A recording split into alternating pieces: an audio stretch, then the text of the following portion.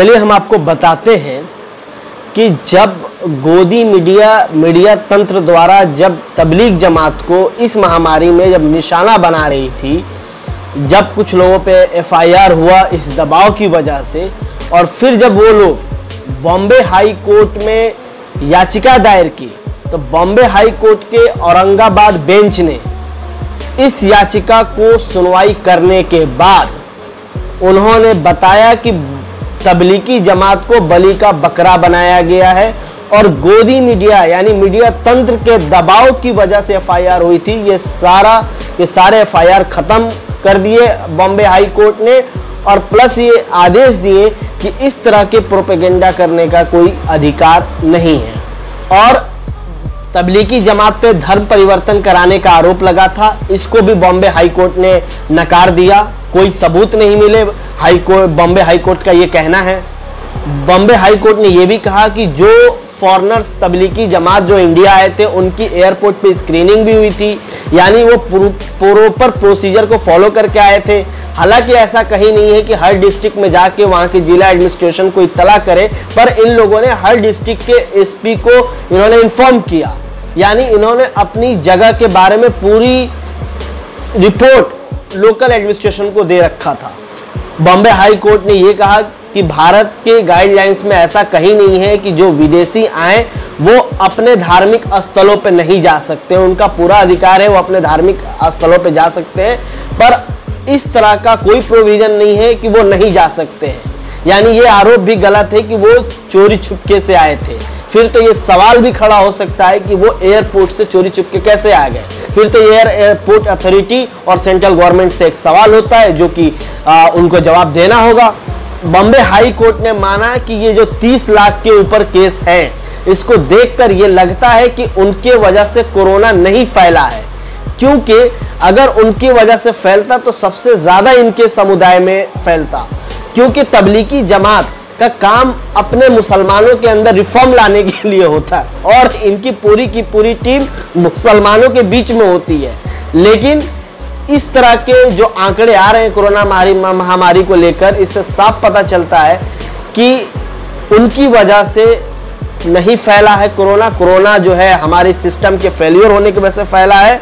और जो भी तबलीग थे उनको ट्रेस करके वक्त रहते क्वारंटाइन कर दिया था, जब चंद 100 या 1-2 हज़ार के करीब केस थे। और 23 मार्च को जितनी भी गाड़ियां थी लॉकडाउन लगा दिया गया था एक दिन के लिए, और जो जहां था वहीं फंस गया था, कोई छुपा नहीं था। हाई कोर्ट का मानना है कि भारत की संस्कृति रही है अतिथि देवो भव, लेकिन यहाँ पे अतिथियों के साथ वो नाइंसाफी हुई, जिससे हमारे भारत की संस्कृति पर भी मीडिया द्वारा कलंक लगाने का काम किया गया है। और बॉम्बे हाई कोर्ट ने यह भी कहा कि इन पर से केस हटाकर सुधार करना जरूरी है। भारत की छवि पूरी दुनिया में लोग देखते हैं, ये बरकरार रखना बहुत जरूरी है। और मीडिया को भी इस तरीके के आइंदा प्रोपेगेंडा ना करने की हिदायत दी है। जिस तरह से मीडिया ने प्रोपेगेंडा किया और उस पर बॉम्बे हाई कोर्ट का फैसला आया, बॉम्बे हाई कोर्ट को उन चुनिंदा एंकर्स को ऊपर कार्रवाई करने का भी आदेश देना चाहिए था, क्योंकि एक टीआरपी के लिए देश की गंगा जमुना तहजीब को खत्म करने में लगे हुए हैं। पता ही नहीं चलता कि वो देश के हित की बात कर रहे हैं या देश के हित के खिलाफ। उनको जो टीआरपी का नशा चढ़ा है, उतारने का एक ही तरीका था कि जितने दिन की उन्होंने उस दौरान कमाई की है, वो सारा का सारा पैसा इंडियन गवर्नमेंट के हाथ में जाना चाहिए था। ये मेरा अपना प्रिडिक्शन है, ये अपनी राय है, ताकि आइंदा इस तरह का कोई प्रोपेगेंडा चलाने से वो बचे और डरे, क्योंकि देश की एकता और अखंडता ही सबसे पहले है हमारे लिए। हम आपको दिखाते हैं कि जिस तरीके से मोदी गवर्नमेंट ने ट्रिपल तलाक बिल लाया था, हालांकि इतने केसेस नहीं थे ट्रिपल तलाक के, लेकिन उस पर पूरा बिल लाया गया, सजा की प्रावधान की गई। उसके हालांकि ऐसी कई महिलाएं हैं जो बिना तलाक के ही उनके पति उनको छोड़ देते हैं, लेकिन जिस तरीके से लाया गया और उसके लिए मीडिया ने चलाया कि मुस्लिम औरतों को उनका हक दबाया जाता है, उनको बोलने की आज़ादी नहीं मिलती है। फिर आप थोड़े दिन और बाद जाके देखें, शाहीन बाग में जो CA/NRC NPR का प्रोटेस्ट चला, यही पढ़ी लिखी जामिया मिलिया इस्लामिया JNU DU की महिला प्रोफेसर और वहां की औरतों ने इस पूरे आंदोलन को खड़ा किया था। उन्होंने अपनी आवाज के लिए बुलंद की थी। तो फिर यही मीडिया दिखाती है कि मर्दों को बचाने के लिए औरतें सड़क पर बैठी हैं। तो ये प्रोपेगेंडा नहीं समझा जाए तो फिर क्या समझा जाए? एक मीडिया के एंकर साहब ने यह कह दिया कि औरतों के वहां बैठने की वजह से एक बच्चे की मौत हो जाती है, लोग मर जा रहे हैं, एम्बुलेंस जा नहीं पा रही है। लेकिन पूरे शाहीन बाग के प्रोटेस्ट में सिर्फ एक मासूम बच्चे की मौत हुई थी क्योंकि उसकी मदर की खुद लापरवाही थी। यह दावा कितना सही कितना गलत है, आप एंकर की भाषा में उन्हीं के थ्रू सुनिए। We have seen people dying in traffic jams caused by Shaheen Bagh. आपको बता दें कि जिस तरीके से मीडिया का इस्तेमाल आज के दौर में कुछ लोग कर रहे हैं, चुनाव 1 साल बाद आएगा लेकिन मीडिया के द्वारा माहौल बनाने की खूब अभी से कोशिश की जा रही है। सुशांत सिंह राजपूत सुसाइड होती है, शुरू में रिपोर्ट के मुताबिक वो सुसाइड था, बाद में CBI जांच होता है। CBI को भी चुनाव प्रचार का यंत्र बना के रख दिया है। ये CBI का इस्तेमाल ये इंसाफ दिलाने के लिए करेंगे कि नहीं करेंगे, ये वक्त तय करेगा। पर बिहार का लाल मुंबई में सुसाइड करता है, इस पर राजनीति लोग कर रहे हैं। आप बिहार में जाके देखो, वहां पे सड़क नहीं है चलने के लिए, पता ही नहीं चलता है कि गड्ढे में सड़क है या सड़क में गड्ढा है। वहां पे 10 किलोमीटर चलने के लिए कम से कम आधा घंटा 45 मिनट लग जाता है। उसके बाद नेपाल के पानी के छोड़ने की वजह से भारत में की गवर्नमेंट में बैठे पॉलिटिकल पार्टी के कूटनीति खराब होने की वजह से नेपाल पानी छोड़ता है। पूरा नेपाल के सटे सीमा बिहार वाला जो एरिया है पूरा बाढ़ में डूब जाता है। हेल्थ नहीं है, हेल्थ व्यवस्था नहीं है। सिर्फ पटना PMCH के ऊपर पूरा बिहार निर्भर करता है कि वहां कोरोना से लेके हर मरीज का इलाज होगा। अगर वही आप बाकी जगहों की बात करें, कोलकाता की, लखनऊ की, दिल्ली तो खैर राजधानी है देश की, तो वहां के हेल्थ के हिसाब से वहां का हेल्थ खराब क्यों है? वहां पे जो आज सेंट्रल में सरकार है उसी की कोलैबोरेशन में बिहार में भी सरकार है। लेकिन सवाल सुशांत सिंह राजपूत पे उलझा के रखेंगे और ये बड़े बड़े मुद्दे जो मैंने बताया, सड़क नहीं है, हेल्थ नहीं है, रोड की व्यवस्था सही नहीं है, बाढ़ से पूरा बिहार परेशान है, ये ज्यादा इंपॉर्टेंट नहीं है। इंपॉर्टेंट ये है बिहार के लोगों के लिए कि सुशांत सिंह को इंसाफ मिलेगा कि नहीं मिलेगा। फिर लगे हाथ उनके लिए भी बात कर लीजिए जो बिहार के मजदूरों को न्यूनतम आय नहीं मिल रही है। मैं बिहार की बात इसलिए कर रहा हूं क्योंकि बिहार चुनाव आने वाला है और बिहार की जनता को अपने सवाल खड़ा करना उनका हक है और उनकी बात को ऊंचे लेवल तक पहुंचाना हमारा अधिकार है। आखिर उनको वो हक मिला नहीं जिसकी वजह से आज पूरा बिहार डूबा हुआ है। बिहार में के मजदूर, यूपी के मजदूर आने, लॉकडाउन लगने के बाद वो कितने सड़क पे ट्रेन से कट के मर गए, बस एक्सीडेंट में मारे गए, भूख की वजह से मर गए, लेकिन इस पे कोई सवाल नहीं करेगा। सवाल इस बात पे है कि सुशांत सिंह के साथ इंसाफ होगा या नहीं होगा।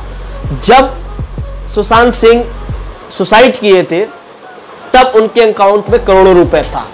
उनके कजिन भाई भाजपा के विधायक हैं, तो जो मजबूत है क्या सिर्फ उसी की आवाज उठाई जाएगी?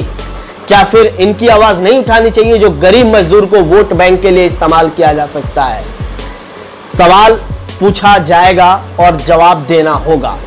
और हम आपको दिखाते हैं कि मीडिया प्रोपेगेंडा किस तरीके से करती है। 2 महीने तक कोरोना काल में सिर्फ इस बात पे प्रोपेगेंडा किया गया कि तबलीगी जमात की वजह से पूरा भारत में कोरोना फैला है और हद ये हो गई कि हेल्थ मिनिस्ट्री ने अलग लोगों का अलग, बाकी लोगों का अलग रिपोर्ट जारी करने लगा और तबलीग के लिए अलग रिपोर्ट जारी करना, यानी यहां पे भी डिवीजन का सहारा लिया गया। फिर इसको चुनाव प्रचार नहीं कहे तो क्या यही देश की व्यवस्था है? ये देश की व्यवस्था नहीं है, चुनाव व्यवस्था है, जो पहले चुनाव आने के लिए लोगों के जहन में एक फ्रेम सेट किया जा रहा है कि हर फसाद की जड़ एक विशेष समुदाय के लोग हैं। हम आपको वीडियो दिखाते हैं कि किस तरीके से पूरे तबलीगी जमात के टारगेट बनाते बनाते पूरे धर्म को, पूरे समुदाय को, देश की अखंडता को टारगेट बना दिया गया। आप देखिए एंकरों की भाषा और आप खुद समझिए कि देश की अखंडता जरूरी है कि किसी एक समुदाय के खिलाफ नफरत। कोरोना को फैलाने वाले तबलीगी जमात मरकज में जो हुआ उससे पूरा देश हैरान है। जी हाँ, मरकज ने मामला बिगाड़ दिया है। कह रहे थे कि मौलाना साद 15 करोड़ मुसलमानों का मालिक है, वो कान खोल कर सुन ले। अरे तुम्हारा मौलाना साद भारत का सबसे नंबर 1 कायर है। अरे तुम्हारा मौलाना साद एक कातिल है। अरे तुम्हारा मौलाना साद एक भगोड़ा है। क्या कोरोना काल में जमात के लोग विलेन साबित हुए हैं? आप देश के विलेन हैं आज की तारीख में, villain number 1। Tablighi time bomb बन के कोरोना को लेकर घूम रहे हैं, क्या करिएगा? जी हाँ, सीधा सा सवाल हम लोग पूछ रहे हैं। पीछे आप देख रहे हैं जमात की जो बदतमीज ब्रिगेड है, इसका इलाज कब होगा? और ये डॉक्टरी इलाज से तो समझ नहीं रहे हैं। कोरोना के कुल मरीजों में करीब 35% बीमार मरकज के लोग हैं। ज्यादा लोग वो जमाती हैं जिनकी वजह से देश डरा हुआ है। 22 जनवरी को सऊदी अरब में मक्का मदीना बंद कर दिया गया। आप सुनिए मेरी बात। क्यों? क्योंकि कोरोना फैल रहा था, मगर इस देश में कुछ भी तबाही फैलाई जा सकती है। They say we don't care। जीतेंगे तो जीतेंगे, मगर ये मरकज वालों को माफ नहीं किया जाएगा। सुन लीजिए अंसार राजा जी, मन मर्जी नहीं चलेगी, नहीं चलेगी, नहीं चलेगी आपकी। आप चिल्लाइए मत, सीधी तरह से बात कर रहा हूँ, अच्छी तरह से बात कर रहा हूँ। आवाज कम, आवाज कम, आवाज कम, आवाज कम, आवाज कम, आवाज कम। You must stop when I tell you I am not in a frame of mind। Tablighi Jamaat ने अपना कहर दिखा दिया है और हिंदुस्तान का मुसलमान मस्जिदों में एकत्र होने से बाज नहीं आ रहा है। This Islamic congregation has also at least effectively 3000 corona suspects। क्या ये जानबूझकर किया जा रहा है? क्या एक षड्यंत्र है? दिल्ली को इटली बनाने की षड्यंत्र है, साजिश है क्या ये? Finally Rahul, this is bio आतंकवाद, दिस इज बायो जिहाद। आखिरकार मौलाना ने मौत क्यों बांटी? हमारे साथ कई सारे खास मेहमान जुड़ गए हैं। हमारे साथ थोड़ी ही देर में जुड़ेंगे मुशर्रफ अली खान साहब, जो कि स्पोक्स पर्सन है तालिबानी जमात के। मेरे साथ मुजाहिर रहमान साहब जुड़ेंगे, ये भी मेंबर है तालिबानी जमात के। दीपक जी, आपने तबलीगी जमात को तालिबानी जमात जानबूझ के कहा है या गलती से कहा है? नहीं, मैंने नहीं कहा, माफ कीजिएगा, हमने इस शब्द का इस्तेमाल नहीं किया। शोएब जमाई, मेरे मुंह में शब्द मत डालिए, अगर मेरे मुंह में शब्द डलवाएंगे तो दिक्कत होगी। और मैं आपको साफ साफ बोल दूं, मैंने तालिबानी जमात शब्द का इस्तेमाल नहीं किया है। शोएब जमाई, अपने कान का इलाज करवा लीजिए। नहीं, आप रिवाइंड, आप अपने प्रोड्यूसर से कहिए रिवाइंड करके आपको दिखा दे आपने तालिबानी जमात का है। तालिबानी जमात,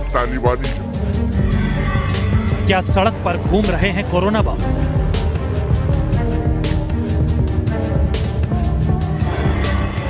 क्या आपके गली मोहल्ले में है कोरोना बाबू? हम जानते हैं बहुत सारे लोग अब हम पर सांप्रदायिक होने का आरोप लगाएंगे। बहुत सारे लोग फिर से हमसे ये कहेंगे कि हम फिर से धर्म को इस कोरोना वायरस के समय में धार्मिक आधार पर रिपोर्टिंग कर रहे हैं, लेकिन यही सत्य है। धार्मिक कार्यक्रम को रोकने की दिल्ली पुलिस की हिम्मत नहीं हो रही थी, और ये बात हम आपको पहले भी कह चुके हैं। हर शहर में एक ऐसा इलाका होता है जहां पुलिस भी जाने से घबराती है। दिल्ली में वो इलाका निजामुद्दीन है जहां पुलिस भी जाने से घबराती है। जहां अगर आप दिल्ली में रहते हैं तो आपको समझ में आ जाएगा, जब आप निजामुद्दीन से होकर गुजरेंगे तो आपको कैसी चीजों का सामना करना पड़ता है। We must not communalize this, ladies and gentlemen. We must not.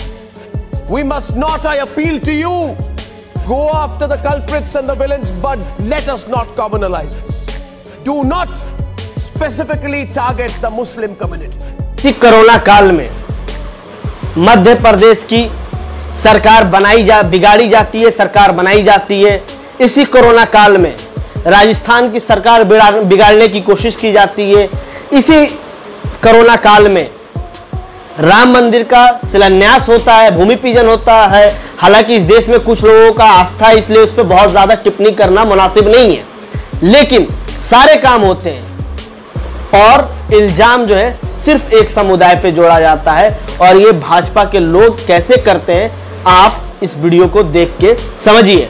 उनके कारण भोपाल पॉजिटिव हुआ, फिर यहां से वो रायसेन गए, रायसेन पॉजिटिव हो गया, उनमें से कुछ विदिशा निकल गए, विदिशा पॉजिटिव हो गया।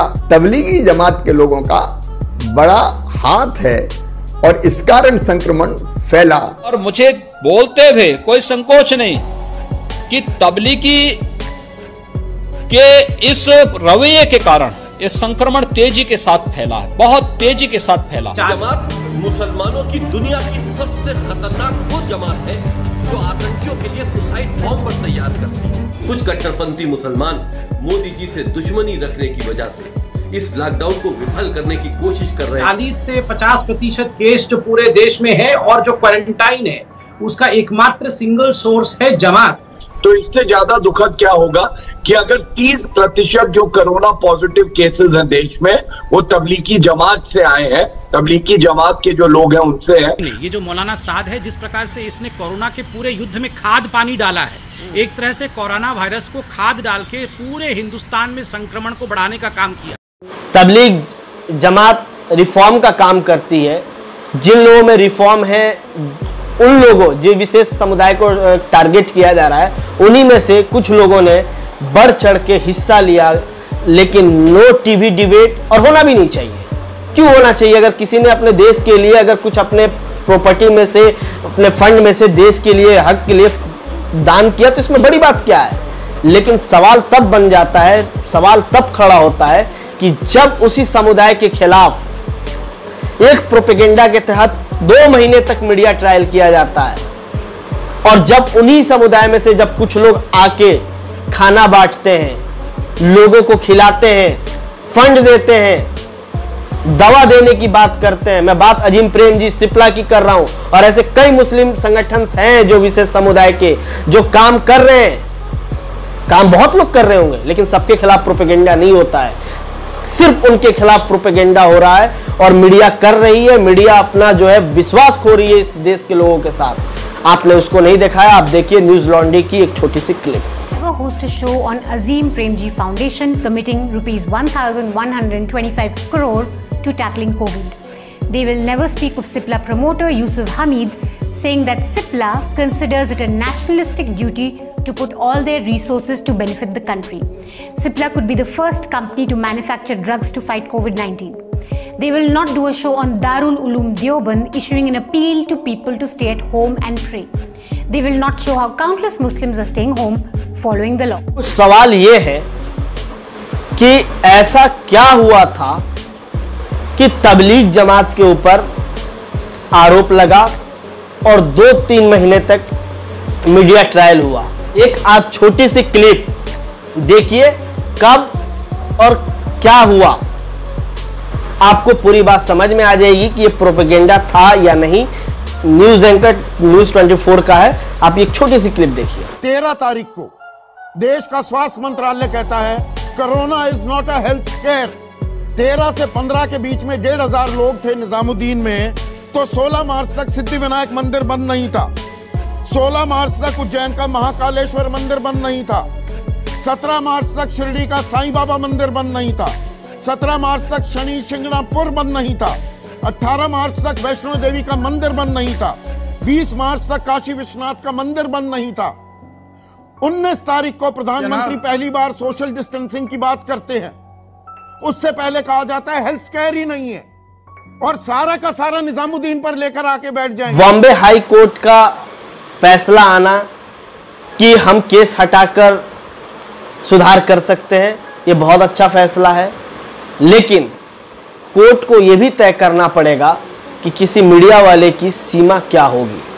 ऐसा तो नहीं है कि टीआरपी और किसी विशेष पॉलिटिकल पार्टी को बढ़ाने और जिताने के चक्कर में, चुनावी मंच तैयार करने के चक्कर में देश की अखंडता को कलंक किया जा रहा है, और फिर कल इन्हीं में से कुछ लोगों को क्रिमिनल बना के सामने खड़ा होके उन्हीं से सवाल किया जाएगा कि तुम बताओ कि तुम कितना देशभक्त हो और फिर कितना नहीं हो। यह सवाल होगा और शायद उस वक्त वो जवाब नहीं दे सकेगा। कोरोना महामारी के टाइम में हमने कुछ रिपोर्टिंग किया था, कुछ इस पे वीडियो बनाई थी, प्रोपेगेंडा हुआ था उस वक्त शुरुआत के दौर में। वो सारा मैं डिस्क्रिप्शन में दे दूंगा। उस वीडियो को भी आप जरूर देखें ताकि पता चले कि उस वक्त जो प्रोपेगेंडा हुआ था और आज जो बॉम्बे हाई कोर्ट का फैसला है, दोनों को मिला के समझिए कि ये देश की मीडिया कहां जा रही है और देश की जो अखंडता, एकता, भाईचारा को तोड़ने की कोशिश की जा रही है वो किस हद तक जाके रुकेगा। द्रास.com, खबर वही जो आपके लिए सही है।